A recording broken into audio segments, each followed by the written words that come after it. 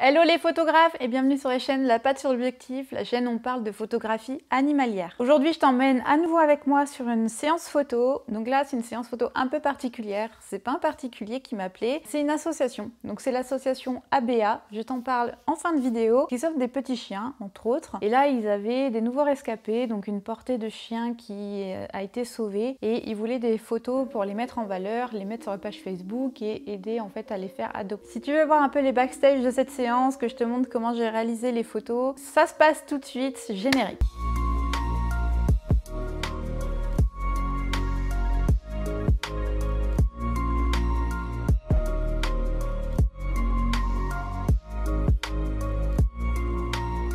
Alors pour ce shooting, je me suis rendue chez la famille d'accueil en fait qui s'occupe des petits chiots en ce moment pour l'association. Donc c'est une dame qui est bénévole et qui garde les chiens chez elle. La séance allait se passer en intérieur, j'étais au courant qu'elle se passerait en intérieur, donc j'ai adapté mon matériel en conséquence. Pour commencer, je suis partie avec mes deux boîtiers et j'ai utilisé exclusivement le 50 mm parce qu'en intérieur, je trouve que c'est la bonne focale, il est lumineux donc il ouvre à 1.8 et clairement plus grand, j'aurais été embêtée. Surtout que là en fait, le salon était vraiment étriqué, donc ça aurait été vraiment compliqué de se placer et de bouger avec une focale plus longue, limite même un peu plus court, ça m'aurait aidé. Qui dit photographie d'intérieur dit que on risque de manquer de lumière, surtout que ce jour-là il faisait pas extrêmement beau, il n'y avait pas grand soleil, c'était nuageux, même limite pluvieux, donc je suis partie avec deux boîtes à lumière. Finalement j'ai pu en utiliser qu'une parce que ça manquait d'espace, j'aurais pas pu placer la deuxième, donc j'ai joué plutôt avec une fenêtre.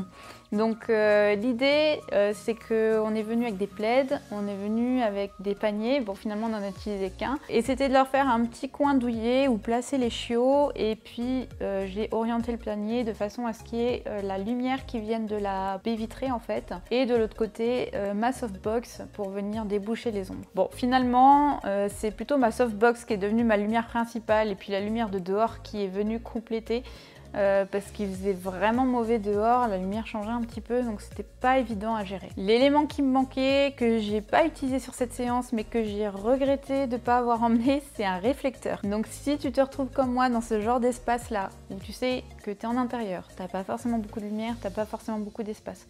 Bon déjà j'ai pu mettre une boîte à lumière, c'est déjà pas mal, mais ça aurait été mieux si j'avais pu mettre un réflecteur un peu à 45 degrés de ma softbox pour refléter ma softbox et un petit peu ma lumière de dehors, pour venir encore déboucher les ombres et faire peut-être une backlight ou quelque chose d'un peu sympa. Parce que là, bon voilà, ça me fait une lumière un peu plate, je te montre les photos après. Au niveau de mes réglages, j'étais à ouverture maximum, j'étais à 1.8, vraiment on n'avait pas beaucoup de lumière, j'étais une vitesse de 1/320e, 1/400e à peu près, donc j'étais vraiment en limite, et ISO 800. J'aurais pu monter un petit peu plus mes ISO, bon j'avoue que je rechigne toujours à monter mes ISO, c'est peut-être une erreur sur ce shooting là, bon, après j'ai pas eu beaucoup de flou donc je pense que ça allait, mais voilà, j'aurais pu monter un petit peu plus mes ISO, monter par exemple à 1600 et puis augmenter un petit peu ma vitesse pour être sûre de ne pas avoir de flou. Alors pour te parler un peu des difficultés que j'ai pu rencontrer sur cette séance, déjà donc c'était une portée de 5 chiots et c'est des chiots qui n'ont pas connu grand chose de leur petite vie.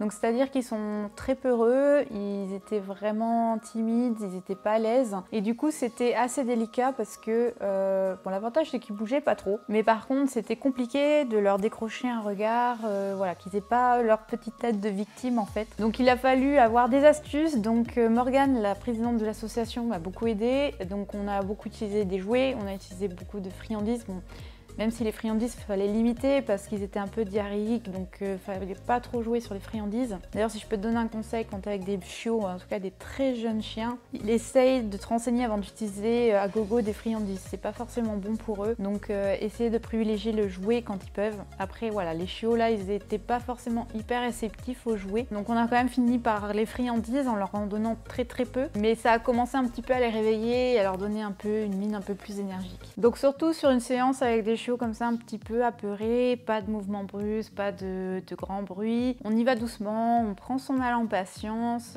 Voilà, si vraiment on sent qu'il va plus bien le chiot, bah, c'est pas grave. On le laisse gambader, on le laisse retrouver ses frères et sœurs et on reprend un peu plus tard. L'autre difficulté que j'ai rencontrée, c'est l'épuration de l'espace. Donc c'est-à-dire que l'arrière-plan était un peu brouillon, donc c'est-à-dire que c'était difficile d'avoir quelque chose d'épuré. Donc ce que j'ai fait, c'est que j'ai énormément post-traité en fait. J'avais prévu ça, donc quand je suis arrivée, je me suis dit bon, je vais faire un effet studio sans studio, c'est-à-dire que j'ai remplacé mes fonds en fait en post-traitement via Photoshop et j'ai remplacé par des fonds plus neutres et je te montre le résultat juste ici. Donc je peux te mettre un avant et voilà l'après.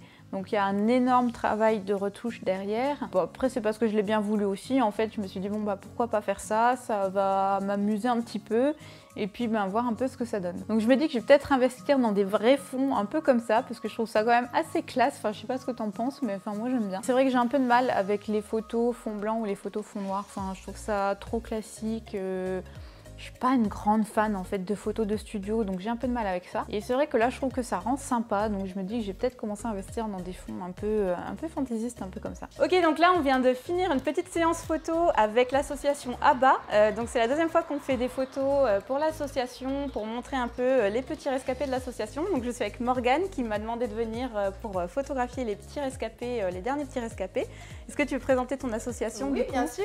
Alors moi c'est Morgane, je suis la présidente de l'association ABBA. On est situé dans le Loiret 45 et nous sauvons des chiens, des chats abandonnés, maltraités, dans le besoin.